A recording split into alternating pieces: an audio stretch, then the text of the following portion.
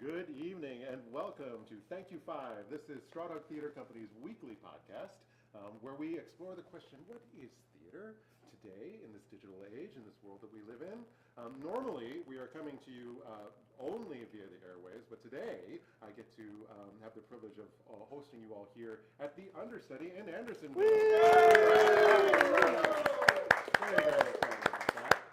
My name is Michael Reyes. I will be your host for tonight. I am a Straw Dog Theater Ensemble member, class of 2018. Mostly an actor and singer, but occasionally I will do some volunteering, such as when I volunteer as the current president of the board of directors. Side note, if you are interested in serving on a board of a small but mighty theater company, I'm always looking for great board members. So hit me up after the show or go to our website to learn more information. I'm very excited to be able to talk to you tonight in this show where we bring theater artists from around the world, or just Chicago. Around the world of Chicago. To grapple with the question of the day. And so speaking of those people, our panelists, let's introduce them and meet them, starting with Brett. Oh, hi. Hello. I'm Brett Neveu. I'm a writer, a playwright, screenwriter, and a professor at Northwestern University. And I'm also a Red Orchid Theatre ensemble member right here in Chicago. Awesome. Carolyn.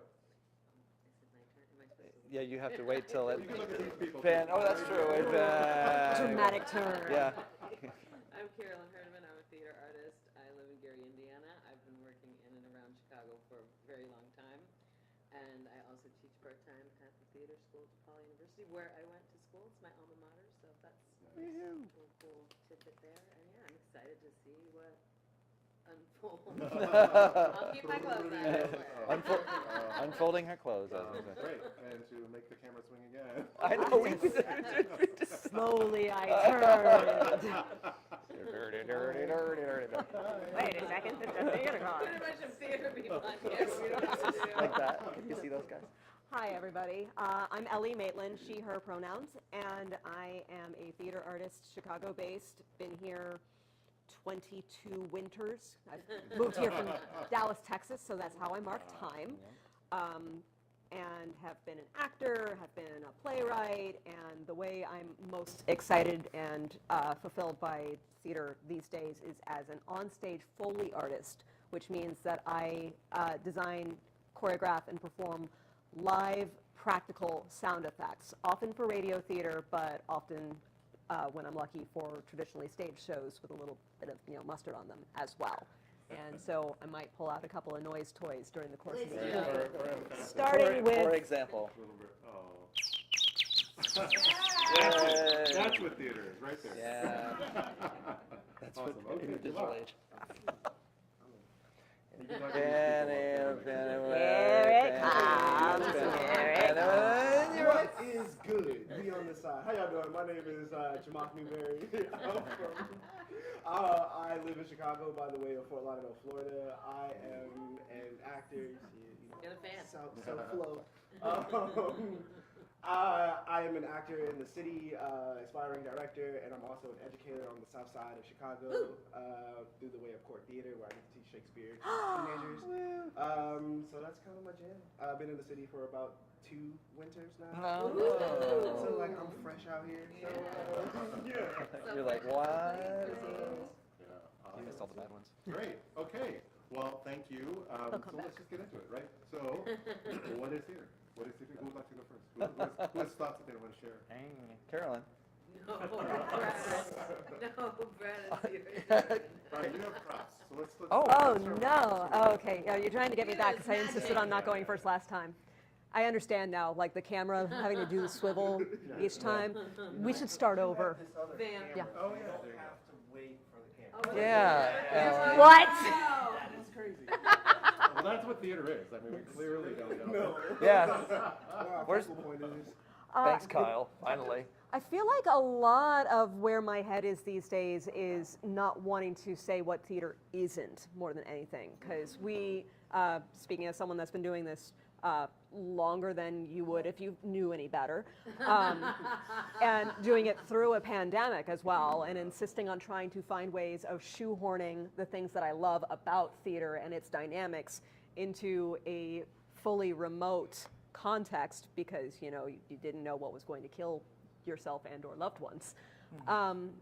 And thinking about the things that are going to stick around from that point in time too, like we all tried live Zoom theater, and a lot of us came to deeply resent live Zoom theater. But how ableist is it for me to say, no, that's not theater? Because I live in a city and I had the resources to move here on purpose. Again, because I studied theater in college, and one of the first things they tell you when you're studying acting in Dallas, Texas, is be ready to move somewhere when you graduate that can actually sustain a theater career. And so if I'm here now and have access to all these wonderful live, immediate, real-time, intimate dynamics with other artists, does that mean that my experience is better than folks that were suddenly able to see things for the first time in these little remote towns anywhere else in the country through great performances or through whatever Amazon streaming on Broadway kind of options that were now available to them? Does that mean that it's not theater? I don't want to say it is. I also don't want to commit to what it isn't. I did not help. The thing that you just said too about like the Zoom streaming, I was talking to somebody else today about watching House of Blue Leaves on PBS back when I was younger, and also watching True West from Steppenwolf's production of True West on PBS. I grew up in a small town in Iowa, and that was my first sort of introduction to theater. I'd seen community theater plays at the Y in my town, and I fell in love with that too. Mostly fell in love with just being backstage and seeing people chill out back there. And I'm like, I want to do that, chill out backstage, and that's why I'm a writer. And but I saw those productions, and I mean, what is theater? It's that too. It's the thing that kind of can certainly strike you. At Red Orchid, we say it's sustenance for the soul, and I think that's right. I was at rehearsal for Red Orchid's new show, Turret, Levi Holloway's play. I was just there at rehearsal. We're doing it at the Chopin, the first time that Red Orchid sort of done a show outside of our space in 32 years, except for a couple shows in New York and one scene in one of my plays. But it was, rehearsal still. Yeah. And that is also theater. I was like, this moment, this thing that we were capturing, or they were doing on stage, the adjustments they were making, the discoveries that were happening, that is kind of what I'm looking for when I go see live theater too. Or those discoveries, I want to see it in the moment. And that's the beautiful thing about it too. And then lastly, I'll say, I had a student the other day, as I'm teaching a feature writing class to our MFAs at Northwestern, and one of the students who's working on a screenplay is like, I just like writing plays better. So what's the difference? And I gave this really dumb, I can't even remember what I said. It was so inarticulate, because I was like, boy, I'm stuck in between these two things right now, writing screenplays and writing plays too. And what is the difference? And then I kind of had the answer today, late, of course, as those but two. now you can put it on the Yeah, exactly. Yeah. Now I can say that it is that immediacy. It is that, because we were talking about, like, I'm just thinking about dialogue, I was thinking about scene work. I was like, no, it's that immediacy, the experience in a shared room, like we're doing right now. That shared experience of interaction and that discovery in the moment and the things that might happen. That when you're watching a movie, that it already happened. It happened, or a TV or whatever. But the things that might happen, the possibilities that might happen, what might happen, that's it too. And in the digital age or in live age, whatever like that, I think I was having another conversation with a friend of mine who's like saying New York theater and Chicago theater is booming right now. It's like booming. Like off-Broadway stuff is happening right now. They're like, he called it a volcano. And I've never heard anybody call live theater a volcano of work right now. Maybe it's because TV is tanking and so playwrights are coming back. Remember me? But it feels like there's something happening right now that can incorporate digital stuff, but live theater feels like, I mean, again, there's never been much money in it, but who cares? And it's kind of beautiful right now. I'm falling in love again. So live, but maybe not necessarily in person, a little bit flawed, or like, discovering things. Exactly. On this side of the... Before we do, I do want to jump in and say, like, the live aspect, like having an amount of calculated risk and uncertainty in what's going to happen, like curated in a way where, like, where there's no guarantee of perfection. Yeah. Like the difference between something being theater now versus was it theater at the time. Yeah. Were you going to say something?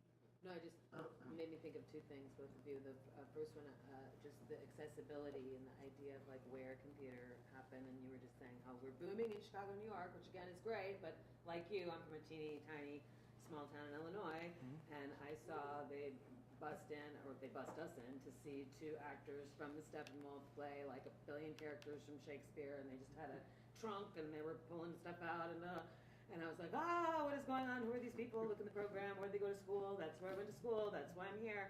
So I'm very passionate about the WPA programs from the 30s and 40s that brought theater to everyone and everywhere.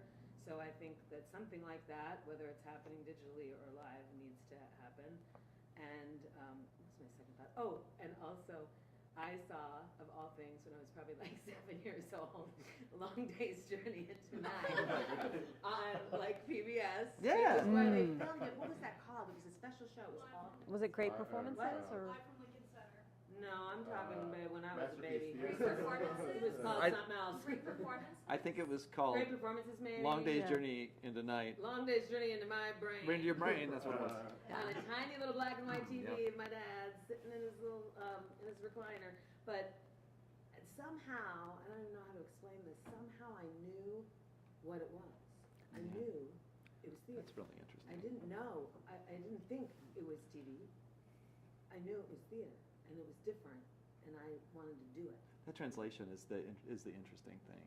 Is like, how can we perceive that as something that was live versus something that, I mean, it's shots and close-up and all that kind of stuff. It's like, Yeah. it's created. It's Yeah. created Yeah. that way for that format. And we're also seeing these long scenes. Yeah.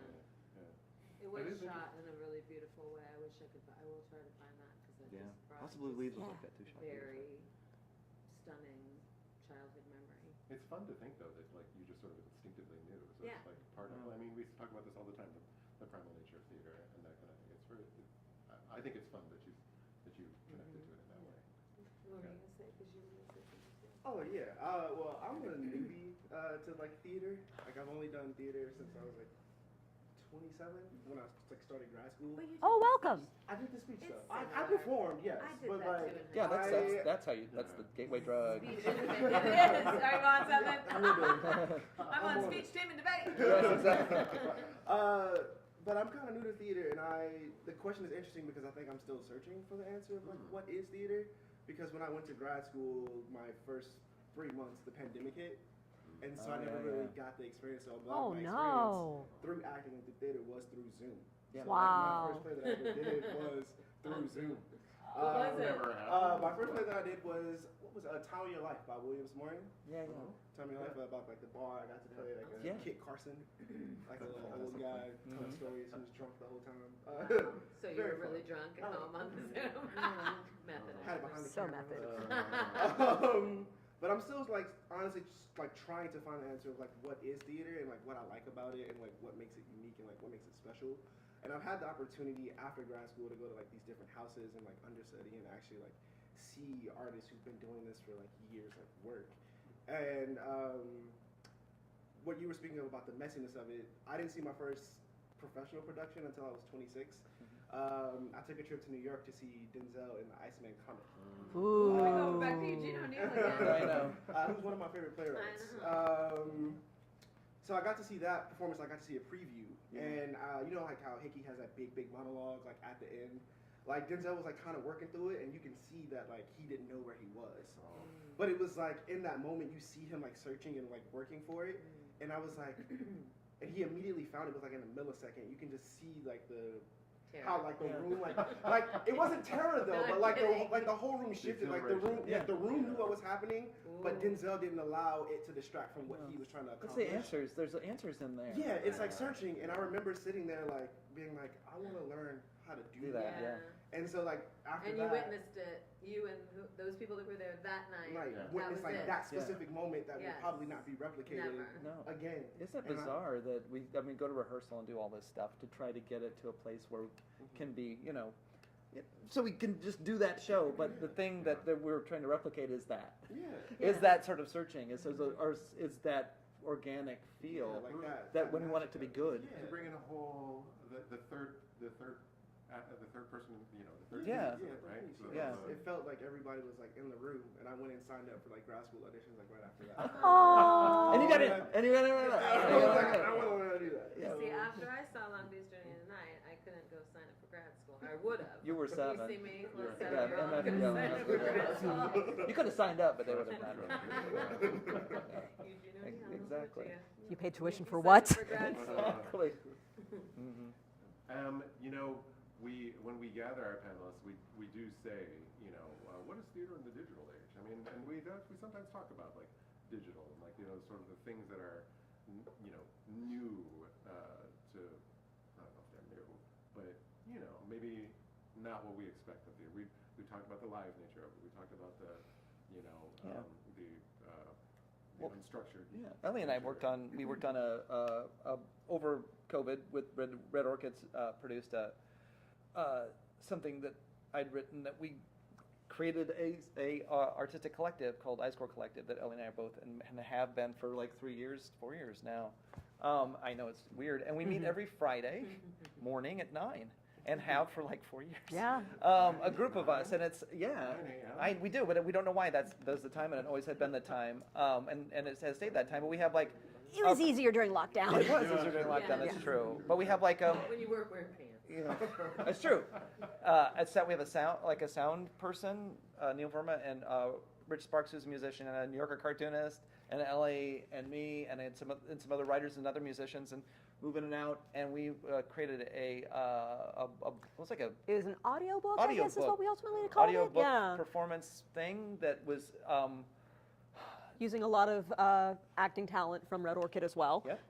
And we told this story, and it ended up being like, for Red Orchid, a way of having something to produce too, but it also solidified a new way of working for all of us. And we all really love each other, and we have a podcast thing we're working on now, and some other things like that, just continuing projects. But it's interesting that the digital thing brought artists together too, that challenged us in ways that were really outside the box for us. And our meetings aren't just about projects; they're conversations about this. This is like this. It's like this, and that also was sustaining us. That the communication certainly helps, and that's something that's changed a lot with the The job. ensemble. We made a digital ensemble. Yeah, Yeah. we made a digital ensemble, Very much and that so. stayed that way. I mean, we get together maybe once every 2 years as people. I mean, I see people but as a group, we get together. But that's a really great way of putting it, Carolyn.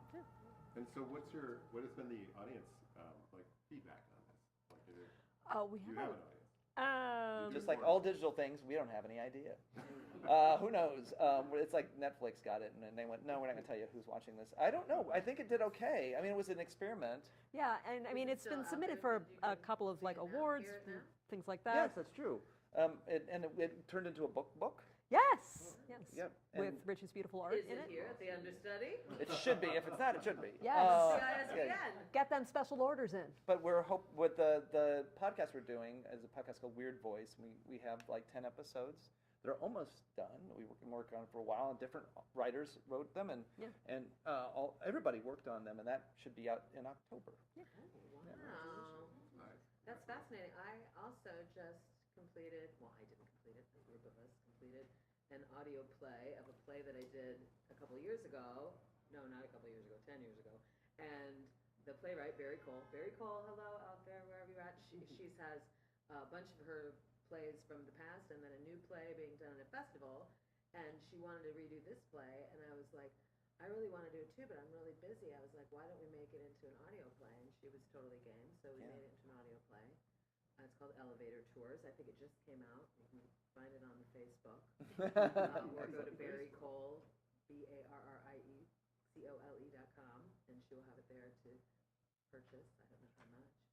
That's Probably fantastic. a reasonable ticket price for an audio play. With Colm O'Reilly and myself. Oh, and the two cool. roles. Very cool. But it's a play that we did live for the Rhinoceros Festival 10 years ago, and I did want to revisit it, and I did want to redo it, but I Live as an audio play? What? Or like just live like a... It's an audio play with some live animation that was created for the audio play. That's what we did that too. Ours had an animated book Like too. Did we do it? component, yeah. Yeah, it had an animated component too. I'm terrible, I don't have the artist's name. The interesting thing, and the same thing you did, and the same thing we did, I think, too, was, well, what can we do with this? We don't have any idea how to do any of this stuff. So it has an ad hoc quality to it, We too. have an editor, a sound person, Yeah. a We had to get all that, too. painter that did the illustrations, and then it's the two original, actors. So we knew the play from 10 years ago, but we're grown up now. We're different people now, so it was really cool to be able to revisit it in that way. Nice. Far cry from around the campfire before civilization yeah. kind of thing. Yeah. But it also makes me think of when you had to pose the question, because I was, I try to be a good student. I was like, I need to really think about this. What's theater in the digital age? I just kept thinking of how much, not just theater, but like our lives and who we are has changed. Everyone's performing. Everyone's an actor. Everyone's an influencer. Everyone's on something. Everyone's on the YouTubes.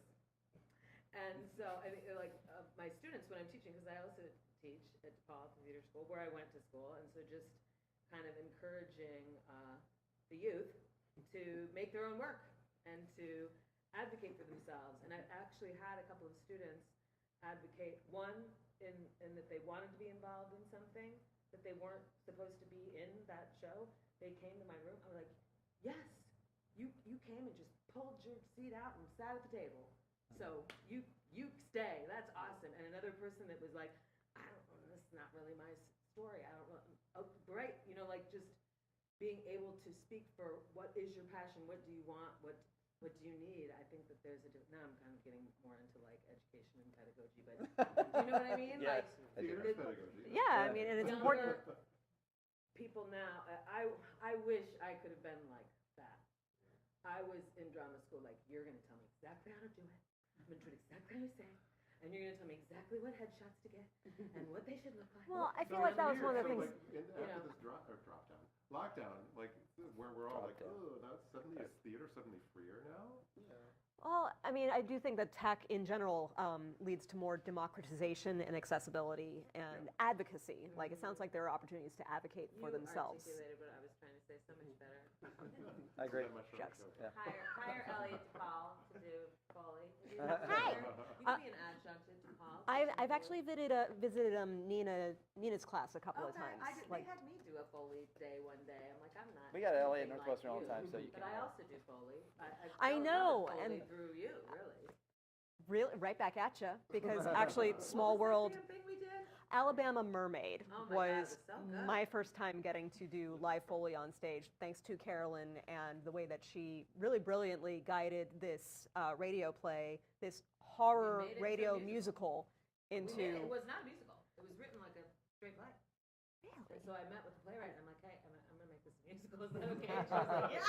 You know what this I means? love everything It's a about it happy song. because I mean one of the Oh, questions. They were dark. Yeah. heavy. I mean, one of the seed questions that we were given to get in the mindset of having this conversation was also like, what are some of our favorite experiences and formative experiences with learning our craft? And no question for me, that was one of them, because I also just happened to be there because I was working on a traditional play with the same theater company at the time, and they needed an Wild extra pair of Claw. hands at the You table. were wondering. Yes. Wild Claw Theatre. A simpler time. Yeah. And basically, that was my first chance at a Foley table, and I just clung on for dear life since then. So thank you. Wow, so theater is live, but maybe not necessarily in person. Theater is formless a little bit. Theater is not necessarily human. That's true.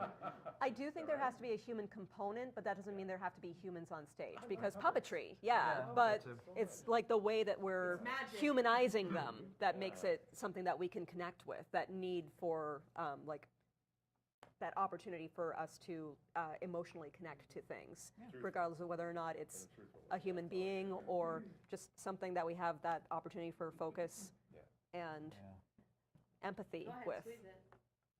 Wow. Real quick. These typically play seagulls for me when I'm doing live shows. So close your eyes. Why are there seagulls in Chicago? We have seagulls. Where I live, there's seagulls. Right? There's seagulls in the cornfields. It's very strange. Where I live. They're just really good at their job, y'all. They're expanding out beyond the They are. sea. They're like, wow, yeah, Like the here. geese, like the Canadian geese. I'm super interested in, like, since you're the baby of this group, there's Sort of. like, I don't know. I mean, the digital aspect of it all. I mean, it doesn't. I'm super like, oh no, theater must be in person. We must be live. We must be. It must be like, kind of very core.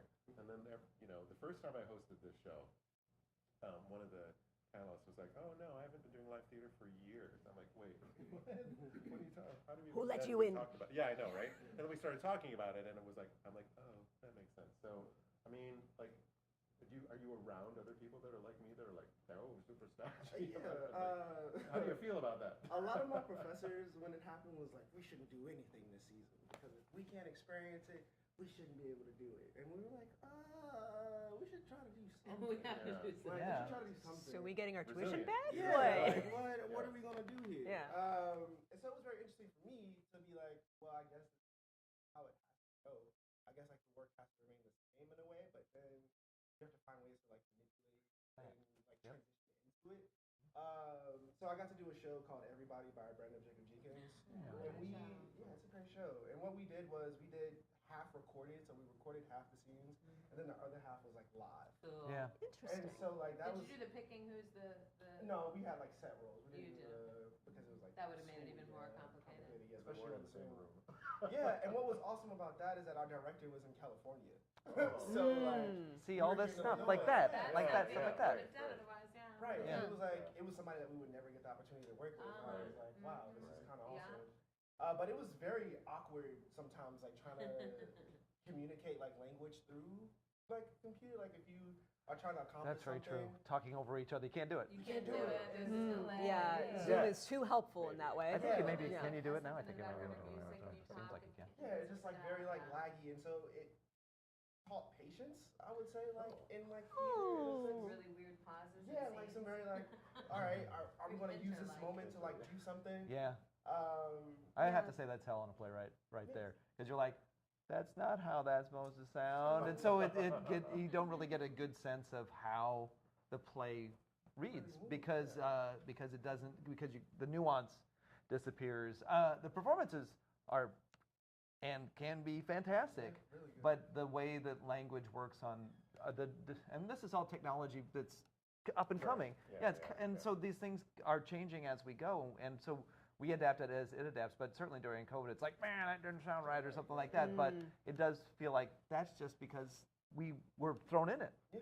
And We have to figure it out in yeah, real we got to time. figure it out. In real time. And we were also grieving what we had. Yeah. Sure. Yeah. That's true. But I mean, you like watch a lot of the Instagram videos or on TikTok or anything like that, and the things that are super dynamic and interesting, the folks that make those embrace that technology in such fascinating ways that they can make these little bite-sized things, and they're incredibly entertaining. Yeah. And I was gonna ask you guys put like an ensemble together. So when like the pandemic hit, did y'all see it as like when y'all were forming the group? Did you see this time of not being in live theater to be more creative and more free in your work? Different creative. Just different. Different creative. different. And it was adapting to what the circumstance, and it just kind of grew up. And we're like, how this can happen? It grew out of a drawing that Rich had done, actually, of a building. That's how it all started. And so one of the things that's certainly important to this group and very important to me is like what's the spark? What's the spark? And given the circumstances, and this happens in Chicago theater all the time, or Rich Sparks in this case, is that I moved here in '94, and it's like you did shows in the basement of coffee shop, and so you just did, and well, Mark knows this. Mark Larson is in the audience. That like how this stuff is built, it comes from nowhere. So it didn't feel that like, okay, well, here we go again. We're just going to have to create from something from nothing, and but the good thing is that's like, well, I have the experience of that. I know how to do that. Frustrating and sad as it was, I was immediately just sort of like, I gotta find something to do.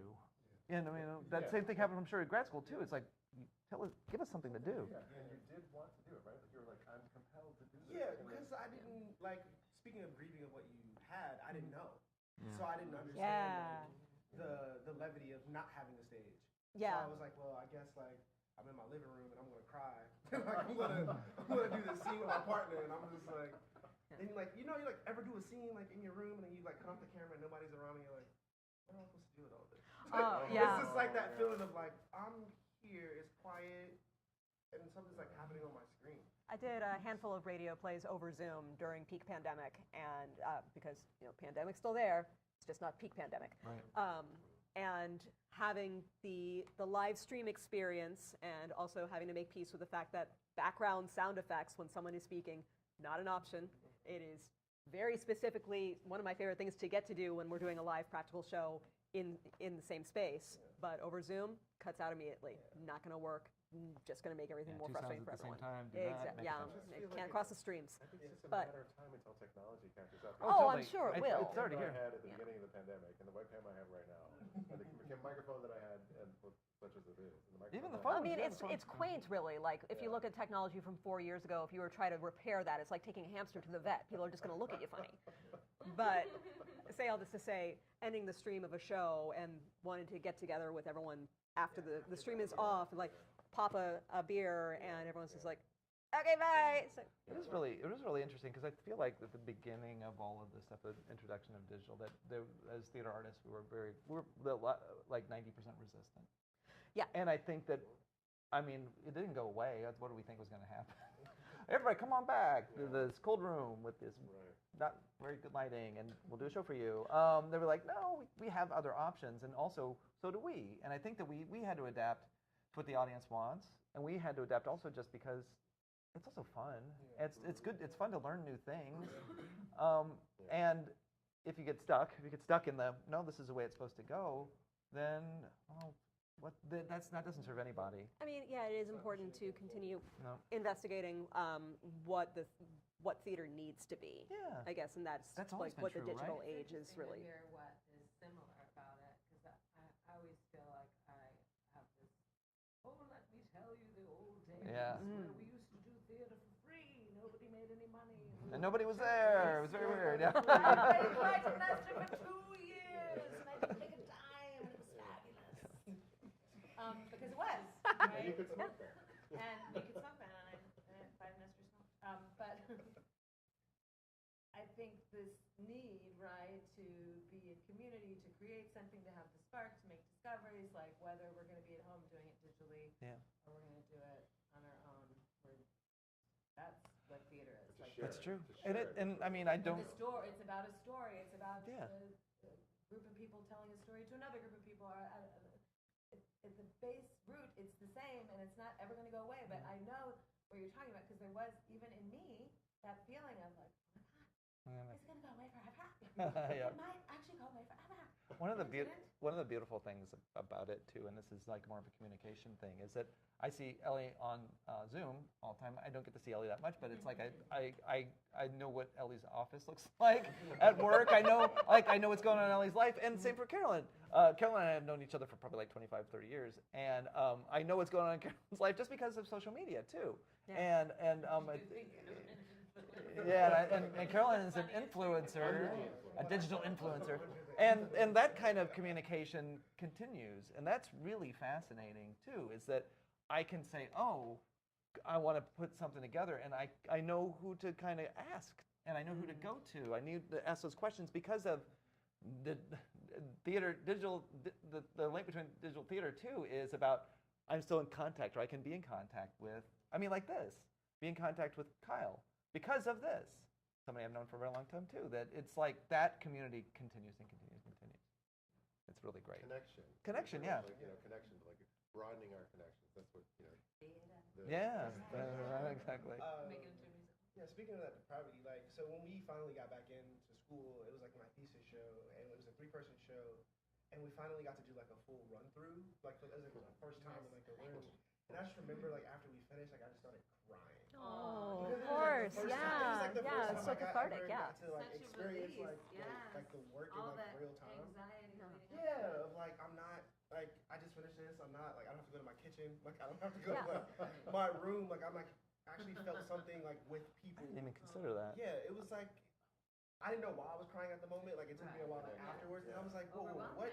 Yeah, that's it. Yeah, like, That's what the is word. this? That overwhelming feeling. Because when I came out and we did the first show live, and I remember coming home from rehearsal and being just completely exhausted in ways that I hadn't been exhausted before. Yeah. I mean, Red Orchid can.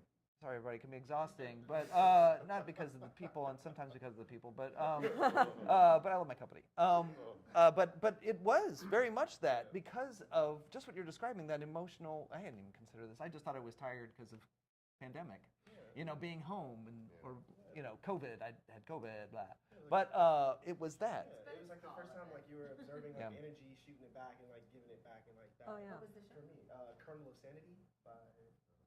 Oh yeah, it's good. It's a good show. Here, at the end today, there's always Exactly.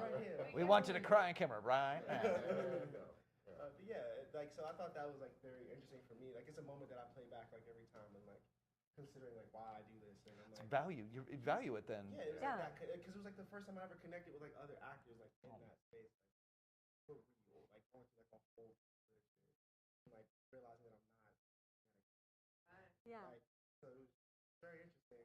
I have a question about that as actors. We have actors here at auditions on camera now. And I mean, now all my meetings, all my pitches and things like that are all, and I mean for TV writers and screenwriters, it's all, you don't go to meetings anymore. I would much rather go into the room with Yeah.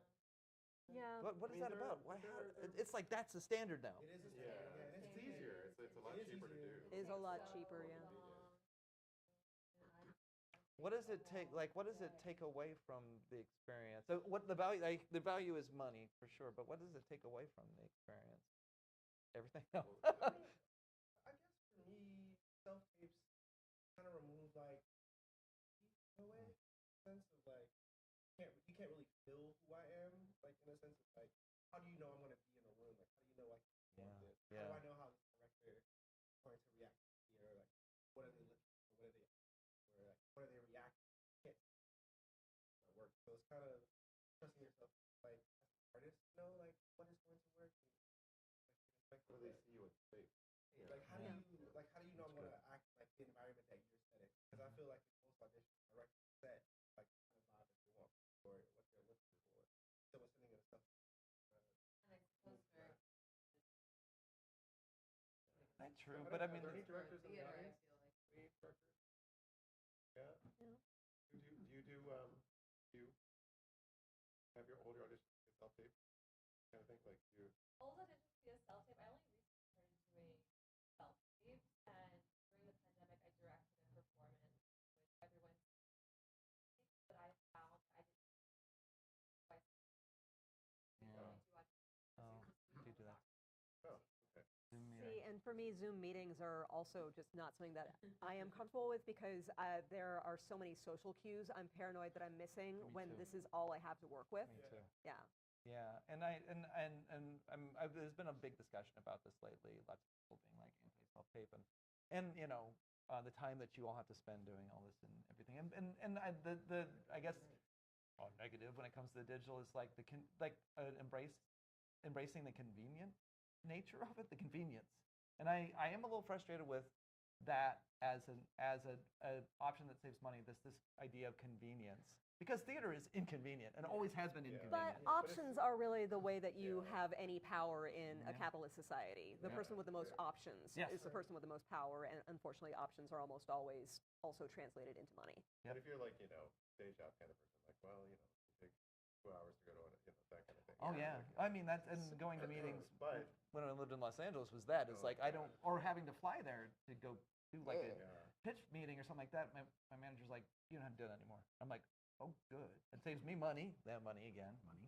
But also, I don't want to go to Los Angeles. but as much as we kind of, like struggle actor-wise with the audition process, I mean, don't we kind of love being in the room, even with other people, no matter That what too. the circumstances? I do think that's one of the reasons why I keep doing things in theater when I can, rather than being more interested in film or studio environments, is because of the way that you have those different opportunities for interacting with people and getting your hands on things. Yeah. And that's one of the reasons we started Ice Core too, is that we could be together. Yeah. That was actually the main reason. It was like the projects are always secondary to the group, and when we go record or we do other things, we kind of, sometimes we all show up. Yeah, it's like a party. It's like a little Yeah. party, and then like some people read, like they act like some of the people who hadn't acted in a while act in them, or we have friends come in and do stuff. Like y'all want to have now you're in it. I was gonna say. Season 2. Mhm. Yes, we've done. Yup. And it's been great. The social aspect of it too has been great on Zoom and in real life. Well, certainly necessary pandemic-wise, right? What we have, right? I guess your question too is it necessary now? What's the kind of necessity of it now?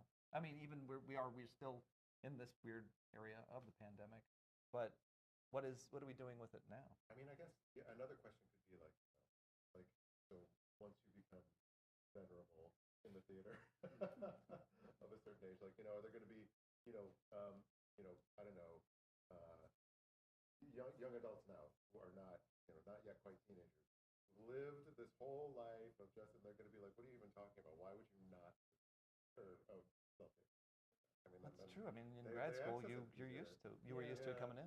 Yeah, it was very, because doing self-tapes are kind of like a reminder of like things stuck in the pandemic in a way.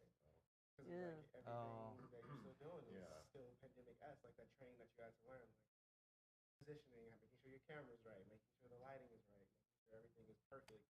Because it's film in a way is perfection. Like it has to be perfect. So when you're filming something, you want to make sure that it's perfect, and it's like in your mind the whole time. It's just confusing sometimes, and I get it. And then it used to be like if you were watching for a commercial, you'd have to go to the casting person and then put on tape.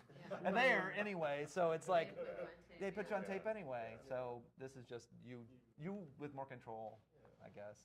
And then I guess it forces you to expand your artist because you become a director, you become a producer. That's true. You don't have like the casting director saying try it this way, try it that way. Absolutely. You have to. And you can. You can. You get to right. It does remove more of the collaborative aspect of it, and it is. I do think that the collaborative nature of theater is one of the things that I would stick with. Like, even if it's a solo show, it's supposed to be for an audience outside of yourself. Right. I don't want. This is you guys. Time has flown. It's already we're coming up towards the end. But like one of the things that I like. How did that happen? I don't know. Did we talk about anything? I just feel like we just introduced ourselves and then now it's done. I got a lot of warm fuzzies from that Brett Neveu. So Anyway. Something that I think would be great is for us to do is to talk about, because we talk now about like, what is theater theoretically, and like sort of like nebulous, kind of not really nebulous, but in like maybe concrete kind of ways, and maybe a couple times. But I am interested in knowing in this conversation about what is theater. What are your memorable moments in theater? It can be happy, sad, glad, whatever. But I'm just real curious to know. I mean, so many theater happens so many ways, and some for everybody. So just share a memorable moment with us. I'll start you off. So it's about you now. I guess. Yes, exactly. That's right. why I host these things. 1,000 years ago, when I was doing a production of Forever Plaid, I don't know if you know this show. Oh wow. Yeah. That was the one that was running forever in Chicago? No, I wasn't in that one. Oh, yeah. That closed, and then they were allowed to do other productions in the city. Anyway, so there's a song where there's a ketchup bottle, and you keep the beat on the ketchup bottle. That was my solo. I'm doing this, and the props designer was like, the real ketchup bottle makes a much better sound, and I'm like, cool, whatever. No. So yes, in the middle of the show, clink. The ketchup bottle goes on the floor, like, oh my God, what are we gonna do? It's my solo. I'm like, I don't know what's happening. But the other three guys, who I love dearly to this day, busted their ass in this 2.5-minute song to clean up the stage, get all the stuff out, move all the glass, make sure that it wasn't slippery or whatever, and got back into position just as my song ended. So it looked like it was supposed to. It was choreographed. It did not. Okay, was there actually? Ketchup is pretty messy. Yeah, was there actual ketchup in this bottle? Yes, was this because the props person had helped? No. Okay. No, we had, it was like, we had several ketchup bottles. One was like just empty, that was red. It was like dink. Like, that's not quite the right sound. And then there was the ketchup, The audience is like, that's not real ketchup. I'm out. That's the problem. That's prop ketchup. Yeah. And you're like, we gotta fix this. Anyway, so your memorable moments. You're the panel. Can I just say real quick, you were hoisted by your own mustard? What, something, kind of. Ellie likes puns a lot. do. I have learned that about Ellie. Dad jokes. Yeah, Dad jokes. that joke all the way ago. Nothing You're all wrong night. with a good dad joke or a bad one. I'll go. And this is and for me, it's not even one of my own shows. It's usually I'm an audience member. That's perfect. And it's akin to the thing I talked about today when I was at tour rehearsal. I really like, and I don't get that opportunity. How many opportunities do you get to go to somebody else's rehearsal? Yeah. Not very often. And I was at a rehearsal for, oh boy, what's the name of that show? It was a Sam Shepard's other Red Orchid did. We took it to New York, New Jersey. Anyway, it was Mike Shannon and Evan Swearingen and Jen Engstrom and other. Mirka was in it too. Yeah. What was that show? I can't remember. I feel terrible, but anyway. Not the memorable. Yeah, it's about horse racing. About the horse racing. Oh yeah. Huh? Geography? No, Kyle. Wow. Dark turn on Kyle stepped in it now. He stepped in it. This is not about me forgetting anymore. It's about Kyle getting it wrong. I'll let you know that. Yeah, exactly. But yeah, somebody Google it. Anyway, so they were rehearsing to take it to out of town. And we'd done the run at Red Orchid, and it went real well. And then they were rehearsing at the old Steppenwolf office building. What was the name of that? Yondorf Hall. But it was when they had torn out the office, and it was just like this space. It had like wires and stuff all over the place. And I don't know why we were using it, but that's where we were rehearsing, or that's where they were rehearsing. And they had like a cot. They had some stuff. And then there was some of us, about 20 of us. I don't know why. I think it was like a little send-off for the cast before they went. And they did the whole play in this space. I invited my friend Mark, and we went, and we just sat on the floor and watched the show. And it was one of the best performances of anything I've ever seen in my life. And the cot broke like toward the end of the show, and at the right time, just like the ketchup bottle, like that kind of stuff was happening. And it was one of those things you're like, I can't believe I'm here right now, watching this thing unfold. I'm seeing the pure essence of this show, of this script, of this thing that's going to have like lights and all this other stuff on top of it. But I'm watching just it in a shitty room, and not a theater shitty room either, just like a space. And the actors are giving it all, and it has lodged in my memory, and I'm trying to recapture that feeling. Been chasing that feeling for a while now again, but that was certainly the most memorable experience in theater I think I've ever had. And I can kind of pinpoint it, but it's ephemeral too. I can't really, but it was. I can. You know it in your bones. I know my bones, and I can sense it really, really strongly. Awesome. And I feel simpatico. It was simpatico. That's Thank you, simpatico. Kyle, oh my God. you're back in my good graces, Kyle. Really stressing me out. Because I knew what it was. I was waiting for Kyle to see if Kyle knew He's what it got was. the internet. over Yeah, I there. know. Thank you, Kyle. The helper brain. Thank you, 5 Kyle. But that's simpatico. Thank you so much. Nice. All right. Well, mine's kind of the opposite, so I'll say Interesting. yes. We're in a fight now. What? So- Was it the same show and you hated it? No, Oh, no, okay. no. But mine is about like hyper production, like testament to design elements kind of moment. Because theater company called the House Theater Chicago had this super grimdark sci-fi epic called Diamond Dogs. And at one point, the people that have landed on this planet have to solve this will kill you puzzle in order to get to the next part of this this castle they're trying to infiltrate. And so it's one of those laser deli rooms like in Resident Evil. Why do we even have this room where like there's laser like chasing people around that's going to cut them in half. And so wonderful like pinpoint lighting design and that telltale kind of laser sound. It's like chasing people around the space. And this is, I think, the third time they've been in this laser deli room because, you know, they keep having to restart over and over again because they get killed. And they can go back because sci-fi. But so, like, we're watching as the audience, you know, they seem to have pinpointed exactly what they need to do to avoid this deli laser coming through.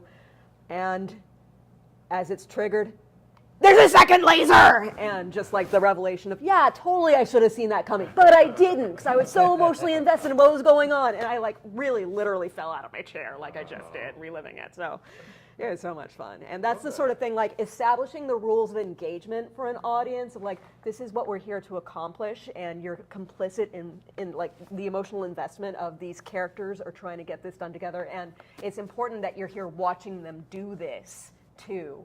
And just a wonderful payoff. So that's one of the reasons why I keep chasing theater. Cool. Yeah.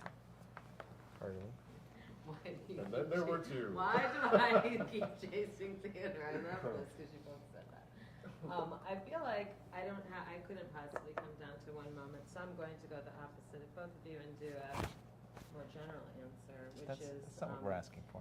the time. What? Nothing. We're in a Not fight what- now. Not what A they general were one. asking for. We're decided this. Well, I was in a theater company called the European Repertory Company Woohoo. for Oh, yeah. 12 years. It was over at the where Timeline is Timeline's now, good, yeah. 615 West Wellington.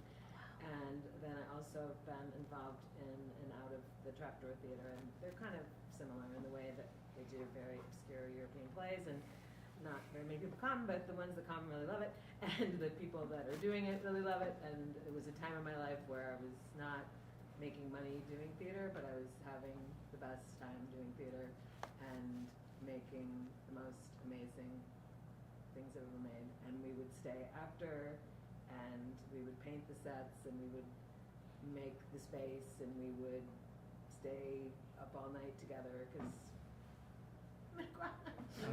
we just love. They're beautiful shows too. everything. Those shows were And we fantastic. did, and I'm not Yeah. just yanking my own chain. We did some of the best theater, I think, I agree. Yeah. ever. So, But that's great. I mean, that's great about, like, you know, Chicago theater, isn't it? yes, Because it's just very like, Chicago. so- It's very oh, gritty. It's very. Yeah. We were in a church basement. You know, Yeah. the quintessential And who Steppenwolf cares? story. We You were were in doing a. you were doing the stuff. Yeah, and Trapdoor Theater is still there. They're having their it's 30th or 35th anniversary this month. Go see Nana. It's amazing. They're redoing a show they did like 25 years ago. Yeah. The woman that played Nana is now directing it, so Nicole Wiesner. So it's totally cool. And yeah, and it's the most in-your-face, intimate kind of theater experience you could possibly have. So yeah, that's kind of my roots. Wherever I go, that will never leave my DNA. Great. Awesome. Okay, Mark. Yeah, a very memorable moment for me. I got to do a play called The Brother Size at American Players Theater. It's a great play. And it's a play about the gods of Africa. That's why I recognize you. Yeah. Sorry. I worked Yeah. I worked there too. That's how You're I famous. I was there that summer See? visiting. Oh, okay, Yes. cool. I think I did meet you. Yeah. Oh. Probably at the little Arcadia or something, with getting coffee. Yeah. Aw. Chicago is a small scene, everybody. It's a There's small theaters here in scene. Wisconsin. Yeah, exactly. The woods, man. The woods. Play in the woods. But I got to be in that play, which is a three-hander, and my character was added in as the storyteller, and I didn't have any lines, but all my lines were through music. So I got to play like the underlying scores of like what would So you're a happen. musician too? Yeah. Look at you keeping that under Say the that cup. in your intro. I don't want to talk about myself. But this character was called the griot, which in like South African Yoruba culture, he is a storyteller. He's the person that gathers like the audience of like when the story is about to be told. And we worked like for weeks trying to figure out what this pre-show was going to be for me to assemble all these things. We went through like a 15-minute pre-call thing, and then we shut down to just like one altar call. So it was opening, and it was like a very emotional show because it was like the first time American Players Theater has ever had like an all-black cast of an all-black group. So it was like a very like historic kind of moment, and it was opening. And I remember doing the altar call, and I do like this. I had the shovel, and I would like point it up to the sky. And when I pointed up to the sky, it just started raining. And like you could just hear like the thunder and like everything going on outside. And then like I looked at like one of like my castmates like when I was coming back, and like I saw him like getting teary-eyed. And it was just like you felt like the energy was like in the room. And I was like, okay, this is fucking theater right here. And it was like my first like professional show. So I was like, You're like, I have power. yeah, I was like, what is this shovel? But yeah, That's what happens when I did Jesus Christ Superstar when I was 15. Every time we hung Jesus on the cross, it would fucking rain. It's like those special moments. of, YouTube like, standards. YouTube standards are very no cursing, Is there no cursing? no blood, Kicked off no immediately? nudity. No, it doesn't matter. It's Oh, my YouTube. fault. You can, Great, so we have Power of the Elements and Ketchup. Nice. yes, exactly. From one, they've come It full all- circle. Full circle is what that is. That's amazing. Yeah, the blood is, the real blood is fake. And Blood is life. what's the thing? Like, when everyone's, if you hurt yourself on stage, they think it's fake blood. But the fake blood looks real to them. Exactly. Because we, They don't know. That's my Suspend next our memorable disbelief. moment. Next time we have to do that, but we don't have time for that today. Oh, no. not with What I this have to- configuration. What I will say is thank you so much to all of you for being here. Now, our producer has a script that's Ooh. new for me for when we Please. wrap up our show here. Do your cold freeze. And I'm not off book. I'm sorry to say. So I just want to say, I have a number of thank yous that we have to say because we are so appreciative of everyone that participates in this. In fact, we have 5 thank yous. So thank you number 1 is to officehours.global.com or .global. Guy Cochran, Evan Ruiz, who's normally with us here tonight but couldn't make it today. We have Heath and Mondo Machine and KBH Media for helping to make the technical parts of the show possible tonight. Thank you number 2 is made possible by the Steinberg Theater Ensemble. We are an ensemble company. We run on a free theater model. All of our main stage productions are available to everyone free of charge. The only way we can make that happen is through generous donations from our community.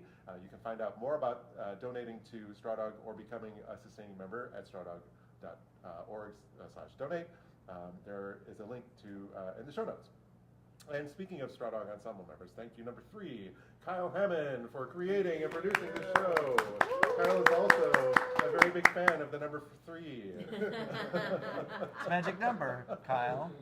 Yeah, you know. And thank you to you, our audience. Yay, audience! And to our community who watch every week and chime in and participate. Without you, our community, this would just be 5 people talking to themselves, which is actually kind of awesome, but it's so much better with all of you here. So thank you so much for watching and being here tonight. And thank you number 5 is to our amazing panelists.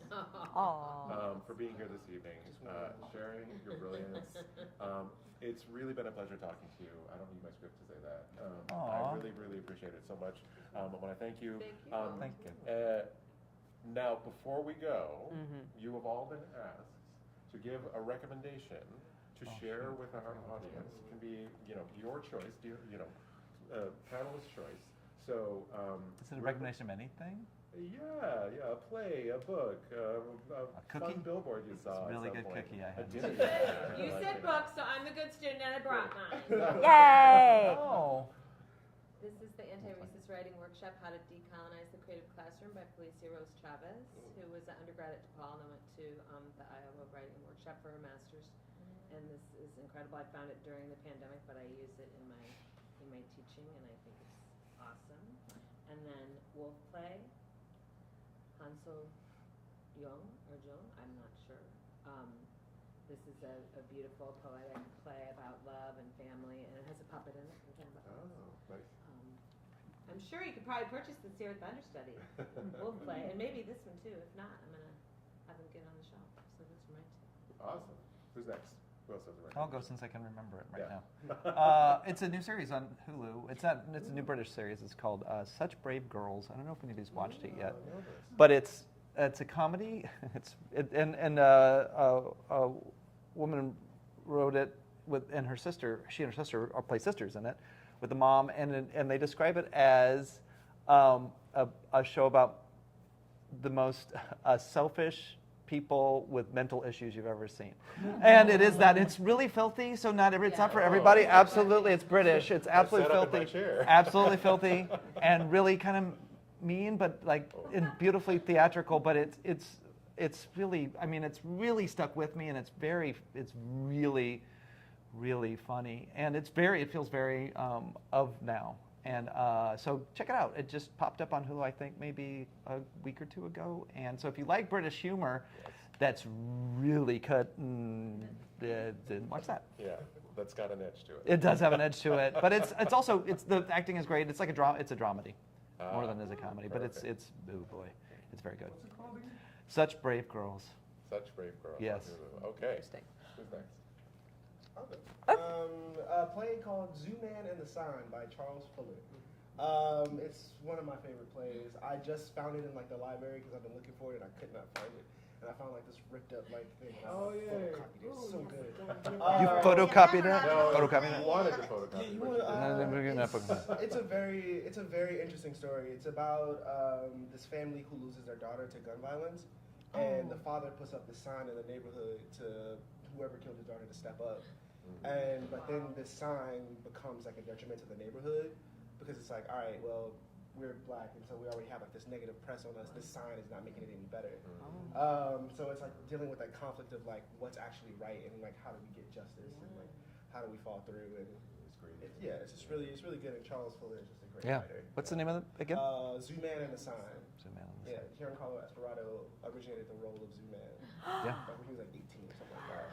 Okay. Oh, cool. It's really good. Awesome.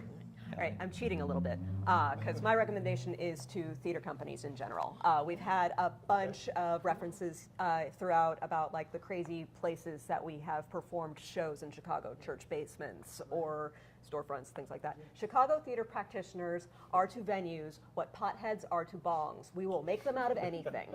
And one of the things that means is that we are working with unfair challenges when it comes to the technical aspects of realizing theater. We're not always going to have the Gut3's resources. And so one of the things that I see that most prominently noticeable in when it comes to theater is in the sound design. You're not always going to be able to have speakers where you want them to be. And so practical effects are going to help you, even if it's not a Foley show, if it's not something where you're dealing with that as a discipline or even as a shtick.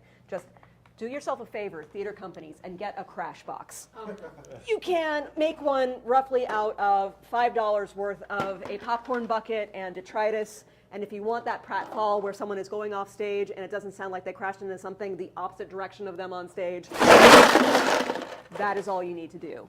The other thing that you can do is a practical glass break sound. And let's see if I can do this adequately right here. I've got a bunch of metal wind chimes that are just on a towel. And if you spank them like, it's going to sound like shattered glass. You don't have to break anything every time. This is a wind chime set that I've been using for 3 years now. So they're really banged up, but again, cost you roughly $10, and you can have that shattering glass of like a party foul, like a wine glass or something like that, that your stagehands are handling for you, and it's just going to sound more real and more immediate, and get that sort of emotional, evocative thing. And I am sometimes more expensive than that. So. Good for you. Good for you. Should be. If you teach a person to fish. Exactly. Then we have more access to They fish. can make fish sounds. And rising tide raises all boats, or some third thing. Yes. Yeah. So thank you. Awesome. This is really great list of recommendations. So thank you again to all of you. Check us out online, and we'll see you back here. Well, probably not back here, but we'll see you online again next week. The slow way. Yeah, there you go. Is that Hellsberg Diamonds in the commercial? I like that. And everybody